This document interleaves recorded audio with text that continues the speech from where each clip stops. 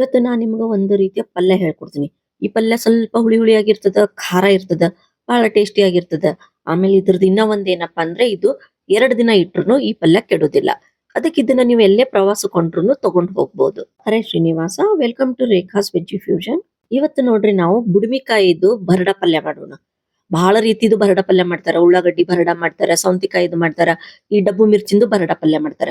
ಆದ್ರೆ ಇವತ್ತು ನಾವು ನಿಮ್ಗ ಬುಡುಮಿಕಾಯಿದು ಬರಡ ಪಲ್ಯ ಹೆಂಗ್ ಮಾಡೋದು ಹೇಳ್ಕೊಡ್ತೀನಿ. ಈ ಪಲ್ಯನ ನೀವು 2 ದಿನ ಇಟ್ರು ಕೆಡೋದಿಲ್ಲ.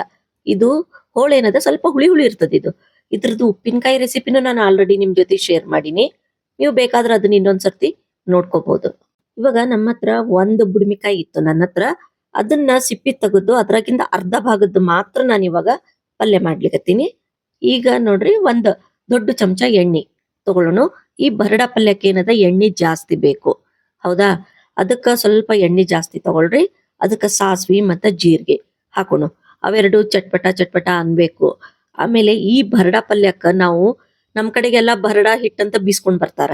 ಆದ್ರ ಆ ಬರಡ ಹಿಟ್ಟು ಹಾಕ್ದೇನೆ ನಾನು ಇವತ್ತ ಇನ್ಸ್ಟಂಟ್ ಆಗಿ ನೀವು ಅದೇ ಟೇಸ್ಟಿನ ಬರಡ ಪಲ್ಯ ಹೆಂಗ್ ಮಾಡೋದು ಹೇಳ್ಕೊಡ್ಲಿಕತ್ತೀನಿ. ಇವಾಗ ಇದಕ್ಕ ಕರಿಬೇವಿನ ಸೊಪ್ಪು, 1-2-3 ಹಸಿಮೆಣಸಿನ್ಕಾಯಿ ಹೊಟ್ಟಿ ಸೀಳಿ ಹಾಕಿನಿ.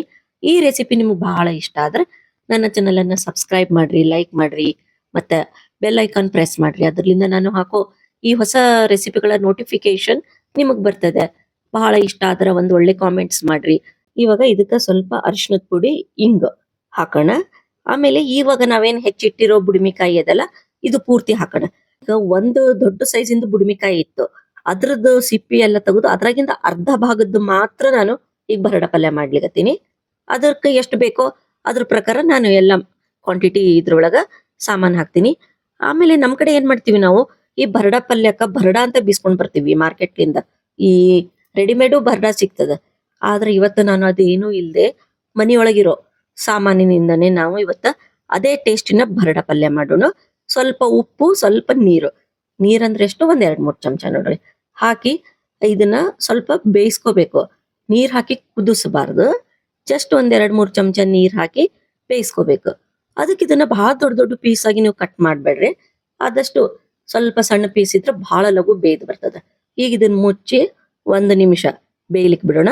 ಅಲ್ಲಿವರೆಗೂ ಇಲ್ಲಿ ಇನ್ಸ್ಟಂಟ್ ಬರಡ ರೆಡಿ ಮಾಡ್ಕೊಳ್ಳೋಣ.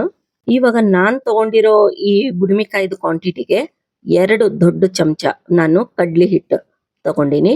ಆಮೇಲೆ 1 ದೊಡ್ಡ ಚಮಚ ನಾನು ಇಲ್ಲೇ ಈ ಉಪ್ಪಿಟ್ಟಿನ ರವ ಇರ್ತದಲ್ಲ, ಉಪ್ಪಿಟ್ಟಿನ ರವ ಇಲ್ಲ ಸಣ್ಣ ರವ ಯಾವ್ದು ತಗೋರಿ, ಅದನ್ನ ಹಾಕೊಳ್ಳು. ಆಮೇಲೆ 1 ದೊಡ್ಡ ಚಮಚ ಖಾರದ ಪುಡಿ ಹಾಕಿನಿ. ಖಾರ ನೋಡಿ ಹಾಕೊಳ್ರಿ, ಯಾಕಂದ್ರೆ ಆಲ್ರೆಡಿ ಮೆಣಸಿನ್ಕಾಯಿನೂ ಹಾಕಿವಿ ನಾವು. ಆಮೇಲೆ ಉಪ್ಪನ್ನ ಒಂದ್ ಸ್ವಲ್ಪ ಹಾಕೋಣ. ಬರಡ ಪಲ್ಯಕ್ಕ ಜಾಸ್ತಿ ಉಪ್ಪು ಬೇಕಾಗಂಗಿಲ್ಲ, ನೋಡಿ ಹಾಕೊಳ್ರಿ. ಆಮೇಲೆ ಜೀರಿಗೆ ಪುಡಿ ಹಾಕೋದ್ರಿಂದಾನೇ ಬರಡ ಪಲ್ಯಕ್ಕ ಟೇಸ್ಟ್ ಬಹಳ ಚಲೋ ಬರ್ತದ. ಆಮೇಲೆ ಸ್ವಲ್ಪ ಹಿಂಗನ್ನು ಸ್ವಲ್ಪ ಚಂದ ಕೈ ಬಿಟ್ಟು ಹಾಕ್ರಿ.